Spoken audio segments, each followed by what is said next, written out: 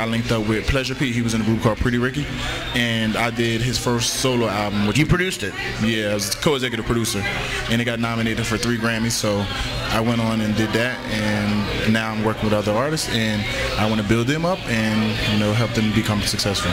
Which do you like better, the football business or the music business? I've been doing football for so long. I'm used to the football business. I'm just still getting, used to the music thing. But I like it a lot because I like music a lot. So I listen to music for games and everything, and to motivate you. What do you have a website? Is there a place where people can go listen to your artists' music? Go on my website, BryantMcKinnie.com, and then there's a page with my artists on there. You can follow me on Twitter and Instagram at Bryant McKinnie, BRYANT MCKINNEY. I'm a pretty good drummer if you ever help out in the studio. I have an R&B singer, so maybe you could do some drum sets. I can play some funk, man. Okay. Bryant, do you find that your interest in music, do you think teams sort of look at you and think that you're not totally into the football side and you're sort of distracted by other things? They say that about when Venus and Serena started their clothing line and all that, but I feel like at the end of the day, if I'm producing on the field, if I can see if I'm not playing well, then you can say, well, maybe because he's focused on this, but this is my off season and I'm trying to set myself up for life after football. So how could you deny somebody to set their future up as long as it's not affecting what's going on right now? You know what I'm saying? So I have time where I'm focused on football, and I have time when I'm focused on my life after football. What about your relationship with Venus and Serena? They came down here to the Sony Open. You openly support them, tweet pictures when you go to their matches. How did that relationship start? And you're an avid tennis player also. Yeah, I am. And they just had an event on Saturday at West Palm called the Williams Invitational, the 4th annual, and I walked away with a trophy 3 out of the 4 years. So I'm definitely getting better in tennis. I met them about 7 years ago, and I used to date Venus. She decorated my house. She has an interior decorating company called V-Star, and became friends with them then, and still managed to just be good friends with them. So they're very good people, and I like being around them. It's great to just be able to drop that. Like, yeah, Venus decorated my house. It's cool. Let me ask you this question, because, there's been times, I'll be honest with you, where Platon and I, you're one of our favorite pro canes. Like, we have our favorites out there, and they're random. They're really random. Like, Matt Bosher, punter, is one of our favorite pro canes. So don't ask. There's no rhyme or reason, but you're definitely one of our favorite guys. Well, good. And, every time your name might show up in Deadspin or somewhere, other than ESPN, we're like, man, we hope he's okay, because we like Bryant a lot. Yeah. And people see the sensational stuff that comes out in the tabloids, whatever, about you. Do the teams care about that? I mean, I guess you kind of answered that, but is there ever a time when you look at yourself and say, you know what, I gotta slow down, I gotta focus, I gotta refocus, I gotta get back to what? I don't ever feel like I lost focus. I never feel like I'm out there on the field playing terrible. So it's like, I don't get distracted. So I feel like people want to have things right and they're not necessarily accurate, but you don't see me go like, or have an issue about it. I don't care. I'm like one of those people that's just like, I just go with the flow. You do admit that you like the good life. I mean, you like. Who doesn't? Well, there are. You don't? No, my wife doesn't. I can tell you that for a fact. I do. My wife, she. Well, I know I do. Enjoys a Diet Coke here and there. That's about it. I like to enjoy myself. That's what life is about. And you feel like as long as you perform on the field, then whatever you do in the off season is my business. It's your time. My off season. Don't you think? I agree. I totally agree. I mean, you're a professional. Yeah. I mean, you should. And I'm allowing people to follow me because I tweet everything and I Instagram it, so I don't have any shame in anything I'm doing. What I do outside of my work, like this radio show's not paying me. What I do outside of my 9-to-5 Wait, job. was that a jab at me or something? No, he's like, you're not paying me. You're lucky that he's sitting in between us. I'm coming after you. You're lucky. I mean, I don't think that should matter. What you do in your personal life. As long as you're doing your job. Exactly. That's all that should matter. Exactly. What I do outside of my job, how does that affect anybody? So, look, you probably still feel like you have a lot of football left in you, and I'm guessing you still want to continue to play the game. But let's talk about life after football. There is going to be a time when you're not playing football. And I'm getting myself together for it right now. So tell us about that time. What interests you? What, besides the music and other stuff? There's a clothing line for big and tall men. There's things. Oh, thank you. Yeah. We need those. No doubt. They just want to give us whatever to wear. Yeah. And we want to, be fashionable too. So, Kism Couture. Tour XL, one of my friends, they are, but now I'm just doing, I'm just doing it for myself. So, I'm getting myself together for it right now. So, is for big and tall guys, and Kism is actually music spelled backwards. So do you actually design the clothing? Oh, yes, I do. I have input on. I mean, I don't design everything, but I definitely have input on some of the designs. Well, Bryant, talking about what's going to happen after football, let's talk about now. You're a free agent. Mm-hmm. The Ravens basically got rid of everybody except for Joe Flacco. Mm-hmm. So you never seen that picture on Instagram? I saw that picture you posted. It was only him in the team photo? Yeah. So they got rid of everyone but Joe Flacco. You're a free agent. The Ravens have said that they want you back. Yeah, they keep calling me. They keep calling you. Anytime they see the news, when I tweeted, Destination Miami, I live here, and all of a sudden I land, they were like, he's coming to the Dolphins. I'm like, what? Well, they're coming back from LA. I don't know if you follow the whole Peyton Manning thing, but Peyton has a house here, and so he came to go to his house, and there's 78 news choppers following him from the airport. He literally had to stop his car, get out, and do a press conference on the side of the road. It hasn't gotten that crazy for you, but are you talking to different teams? Oh yeah, definitely. And how is that process? Because you've done it already once before. Is it's cool. I mean, you get a chance to really. This is the first time I really get a chance to actually.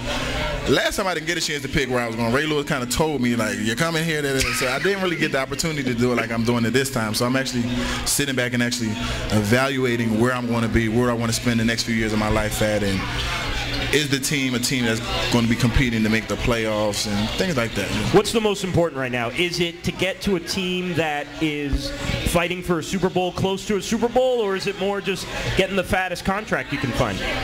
A combination of both.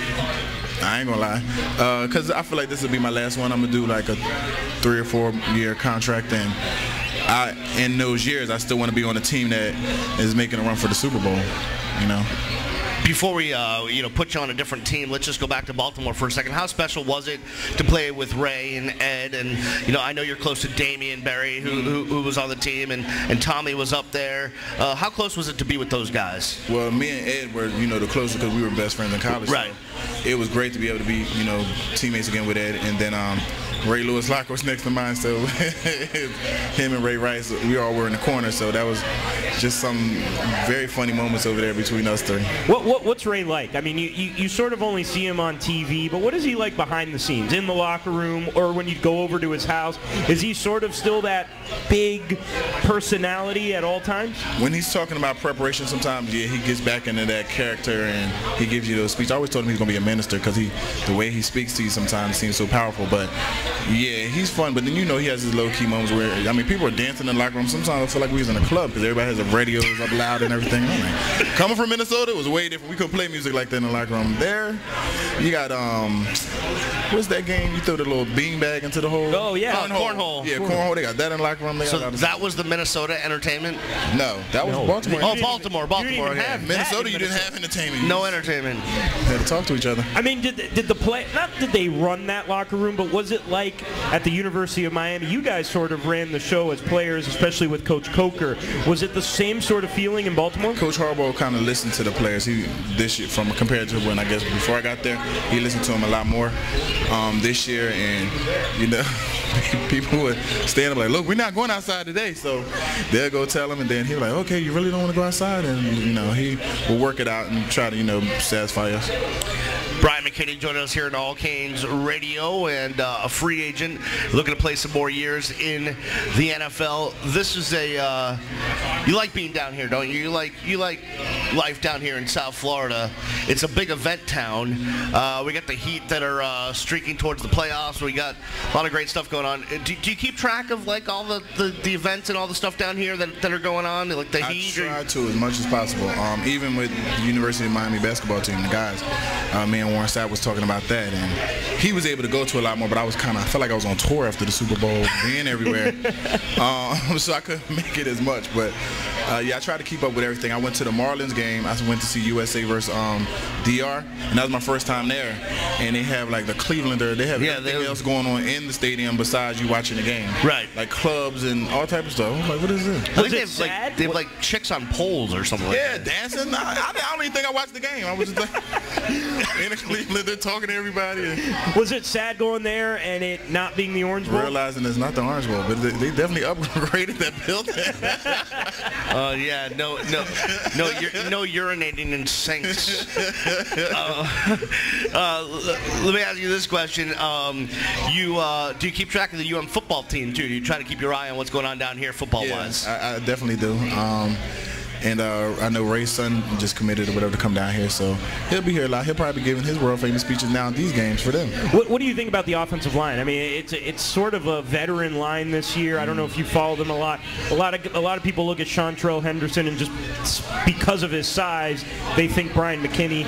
I don't know if you've had a chance to interact with him. I know his first couple years I did, his first year or two. I know he was having back issues, but I think that he's better now. Yeah, he had surgery. He's a guy that kind of came in with a little immature, kind of didn't have his head on straight, but now it seems like he's heading in the right direction. Yeah. What advice would you give a guy like Chantrell or any of the other guys that, I mean, they're going to be, good draft picks. They're going to have a lot of expectations on them, just like you did your senior year.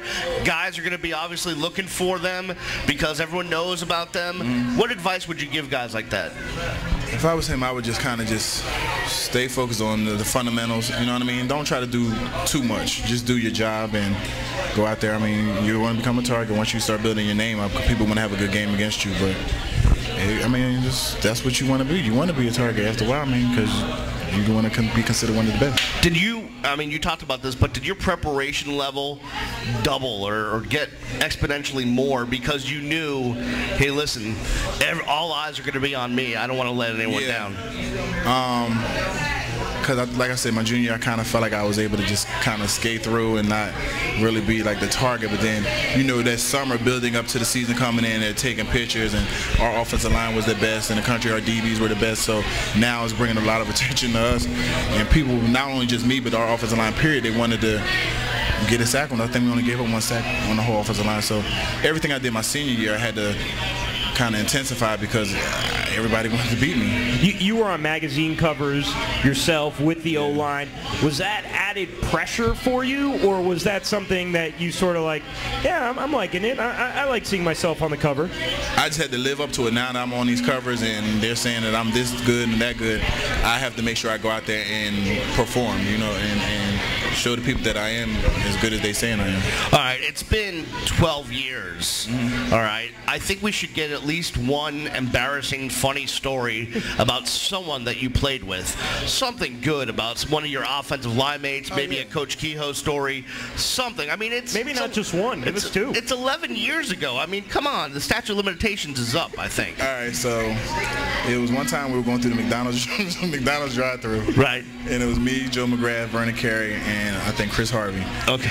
Vernon forgot his wallet. Oh, no. So he wanted us to pay for his stuff. So we said, in order to do that, when we pull up to the drive-thru, you have to get out and do the doo-doo brown in front of the window for like 5 seconds, and then we'll pay for your food. And he got out and did it. That was pretty funny. Like, picture Big Vern. No, I actually can't. What was the reaction of the dude in the drive-thru window? They were looking like, what's going on? Anything else? Any other? You have a story of maybe you guys giving it to Kehoe? No, sorry. I'll tell you the story that I just told him a minute ago. One time, Joaquin and Ed Reed and all them, they all wanted to go out, and I didn't feel like going out that night. So they kind of were mad at me. So after they went out, they got back really late. I'm going to say like 6 in the morning. And they went over to the Heck, worked out, and then they stole a trophy out of the Heck. And they brought it to my house. And they left it in my living room, and they came in there and woke me and Shockey up. And I thought somebody broke in the house because they busted my door and then my bedroom door, and then Reed come try to jump on me while I was in the bed, and I just see somebody running at me. I kick my foot up here as Reed, and they're like, no way. So we stop. I get up, we're in the living room, and they're laughing because there's a big trophy sitting in the living room, and they run out the house. So now me and Shockey looking like, how are we going to get this trophy back? Like, we didn't know what to do. We didn't take the trophy. We didn't know what to do. I don't even remember how I got back. I ain't want no parts of that. What was it, Animal House, where they stole the goat or something like that? Something like that? Yeah, good job. Man, you guys had too much fun, but you know what? You got it done on the field, so the fun didn't matter. We enjoyed it. Bryant, it's time for our Pro Canes question of the week. We ask this of everyone that comes on the show. It's going to be a tough one. Bryant, you won a lot of games as a Hurricane, obviously a national championship. But is it one game, one matchup you had, or one play that you remember most out of everything? There was 3 matchups that I remember the most, that I had to study and work the most for, and that was my junior year against Jamal Reynolds, and then also my junior year in the Sugar Bowl against Alex Brown, and then my senior year against Dwight Freeney. And I think Dwight Freeney, that one, Jamal Reynolds and Dwight Freeney, I think were built up the most, because they were really great pass rushers. And me and Dwight Freeney, that feud carried over to the league too. I was gonna just ask you about that. Tell us about that. That carried over to the league. Like, all right, I got him in college, and then he got me with the first year we got in the league, and then I got him again. Like, you know what I'm saying? And I remember he used to make bets with EJ, because they were on the team. Like, EJ said, "Oh, you're not gonna get one." And then EJ and Tim said after the game, probably should have told me before. So then the next time I play him, I feel like I got to get him back, and then I just got him this past playoffs because we played him. You know what I mean? So I got the best of him. So it's a feud that goes back and forth, but we're actually friends, but it's a feud that we have. Bryant, you talk about going up against Alex Brown on the field. You sort of went up against him off the field, too. Did that altercation off it maybe help you on it? Yeah, because, I mean, we got into a fist fight off the field. So now you got to play against this guy. But yeah, he had a black eye. So I wasn't there. I don't know what anyone's talking about. They let you know I ain't lose. Here's the postscript to that story in New Orleans is Joe Shad, who now works for ESPN, who I'm not a big fan of, because at the time he worked up in Gainesville covering the Gators. And look, I was there with a couple other UM people. We were bystanders of that whole thing. I did not see Joe Shad there. He wasn't around. But he claims he was there. So we brought him the UM media guide for him to point out which players he saw. And he's like, "No, I don't want to do that. I can't do it." I'm like, "Well, can you tell us if the players are black or white?" And he said, "Why is race important?" I'm like, "Well, we're trying to identify the players." And he goes, and I'm like, "Well, all right, can you give us a hint?" He's like, "The guy was big." I'm like, "Well, that narrows it down. It's 2 football teams." And ever since then, I don't like Joe Shad. But I happened to be there. There was a drink up in the air. People, yeah, that's what started the drink throwing. Yeah, I remember that. Bryant, listen, man, thanks so much for being so generous with your time. Tell everyone again about your website where they can find BryantMcKinney.com. You can click on the B Major tab. You can see some stuff on my artists. You can follow me on Twitter or on Instagram at Bryant McKinnie, BryantMcKinnie. And let's hope you go get another ring this year with some team somewhere. I don't got a problem with that. All right, man. Bryant McKinnie joining us here on All Canes Radio, one of the all-time best. We appreciate him taking the time out. Him and Thomas Carroll have been absolutely wonderful guests tonight, live at Shake Shack. Yeah, braving the heat. We're going to take a quick break, and then we'll quickly wrap it up right after this on All Canes Radio. We don't care about nobody except it's you. We don't. You're listening to All Canes Radio. You're a Canes fan, and you want the best gear. Well, you know there's only one place to go, and that's All Canes. All Canes, just a stone's throw from the U on Ponce, has been outfitting Canes fans for over half a century. Want the latest and best Canes t-shirts? All Canes has them. Want the official coach's polo and sideline gear? All Canes has it. They've got dozens of hats,